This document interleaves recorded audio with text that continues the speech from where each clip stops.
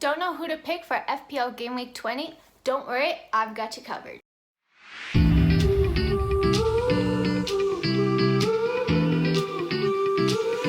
Hey guys, welcome back to another video. This is FPL Gameweek 20 tips and tricks, and this is the weekly series where I go through some potential buy options for players that if you don't have them in your team, I think that you should probably get them in your team, or they could be very good differentials based on their previous game weeks. I also look at some sell options for players who I think you shouldn't have in your team if you still have them. So there's a lot to unpack. Let's get right into it.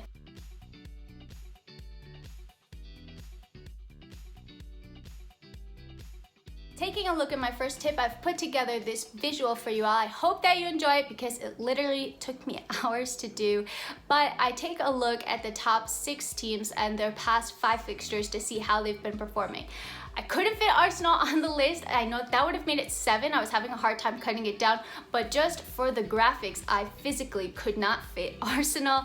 But it should be noted that they actually have been playing really well and have been getting a lot of wins since they won against Chelsea.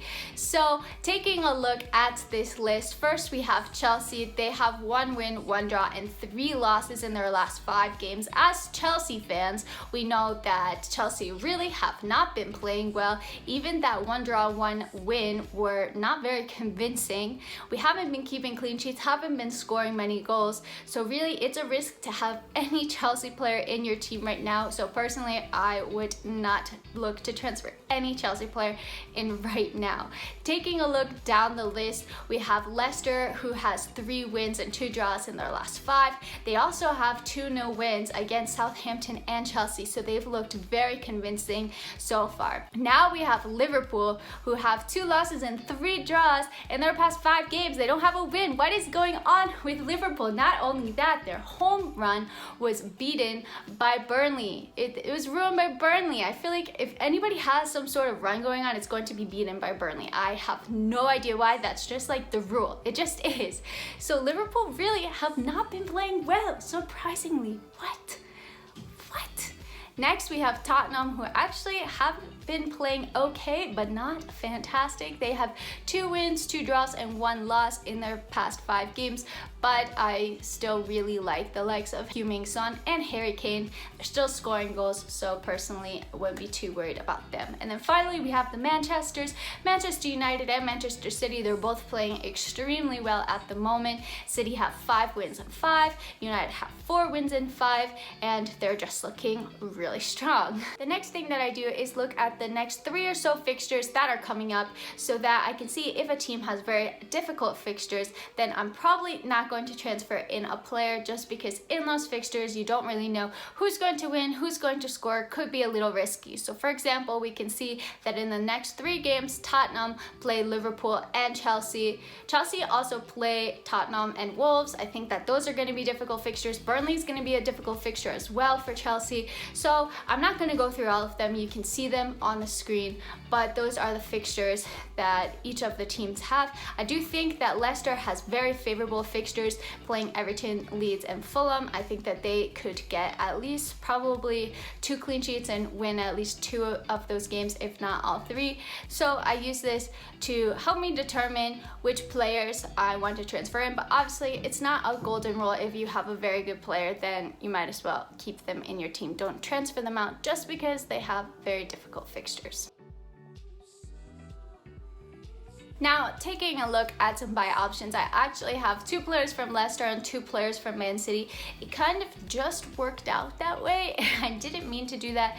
But anyways, let's get into it. The first player from Leicester that I would recommend, could be a good transfer in, is Harvey Barnes. He's just £6.8. He's only owned by 5% of teams, so he could be a very good differential for you guys. He's played 5 of the last 5, has 6 goals and 2 assists in the league, but the real killer is that he has 3 goals and 1 assist in his last 5 games. So really we see that he's picking up the pace with his scoring. I thought that he looked very good versus Chelsea, very strong, and with Leicester's fixtures that are coming up, I would recommend having him. If we look at the average points, we could see that he was averaging 4.4 points per game, but now that's jumped up 2 whole points in the last 5 games to 6.4 points. So what does that mean? He's been performing so well over the past 5 games, and that trend is hopefully going to stay like that, so definitely could be a very good option for your FPL teams. Next up is James Justin. He is also from Leicester. He's just £5, so he could be a good defensive option if you want somebody on the cheaper side, and he's owned by 25% of fantasy players, so he's not a fantastic differential, but I still thought that he was worth mentioning. He's playing every game for Leicester, and he's actually touted to maybe take over that left back spot in the Euros for England from Ben Chilwell. So I do think that he's been playing really well. I was very impressed with how he played versus Chelsea. He didn't get any goal contributions versus Chelsea, but he almost did, and I think that he was actually unlucky not to. So I think that he could probably build off of that really good Chelsea performance and probably snag a goal and assist in the upcoming game weeks. Looking at the total clean sheets, he has 7, just 2 in the last 5, but I do think that Leicester are going to have easier fixtures where they can get probably at least 2 clean sheets out of their next 3. Points per game isn't great, it's about 4, but like I said, could go up, we just don't know. Next, from Manchester City, I have Phil Foden. He's somebody that I've had my eye on for a while. He's a good middle price option. He's not super expensive, not the cheapest of cheap, but on the cheaper side at just £6.3. He's only owned by just over 10% of fantasy players, so he could also be a very good differential. The thing with Phil Foden is that you don't know if Pep's going to play him, but he has played 4 out of the last 5 games. He has 4 goals and 3 assists so far in the league, with 2 goals and 1 assist coming out of his last 5 games. Now, the really interesting thing with Phil Foden is that in his last 5 games, he's averaging 6.2 points. But in his games, he's not always playing 90 minutes. Sometimes he's just having a 15-20 minute cameo.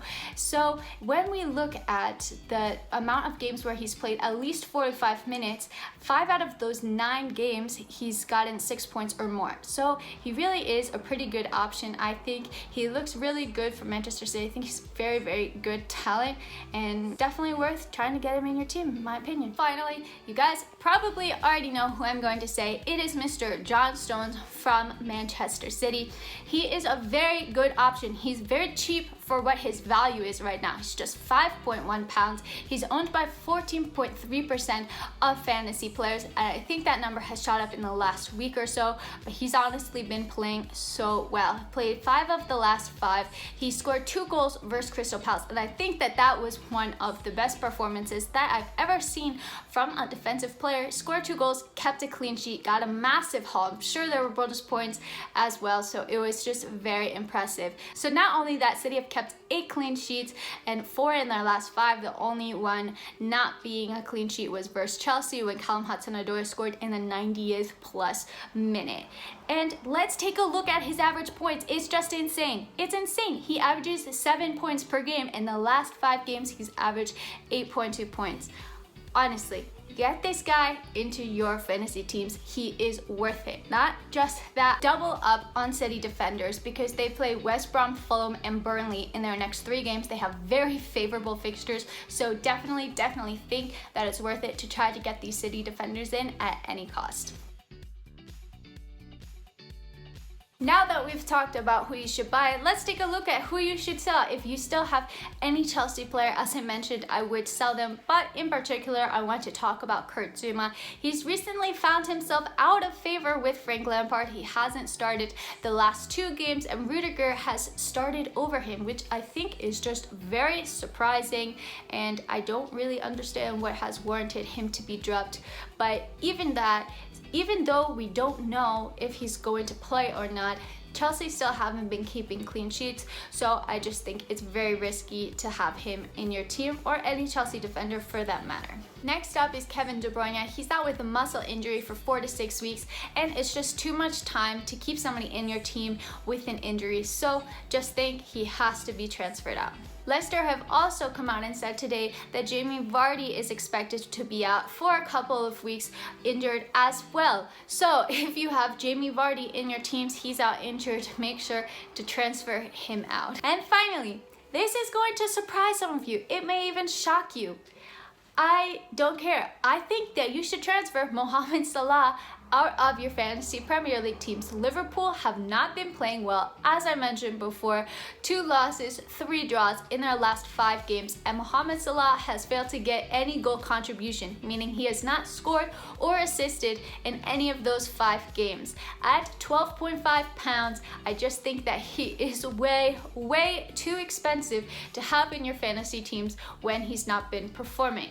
Now, he's a great player. He could perfectly turn it around at any time, don't get me wrong, but right now I just feel that is such a risky option for such a high price. So I'd probably wait until Liverpool are playing well again. Maybe his price is even going to decrease a bit, and then you can try to get him back into your teams, but for now I would sell him. Alright, that's all for me. If you enjoyed this video, please drop it a like because it really does me a world of good, and make sure to subscribe to my channel and turn on those post notifications so you don't miss anything. Thank you so much for taking the time to watch this video. If you have absolutely any fantasy questions about who you should be transferring in and out of your teams, or if you want my opinion on your team, feel free to let me know in the comments down below. And until next time, I'm out.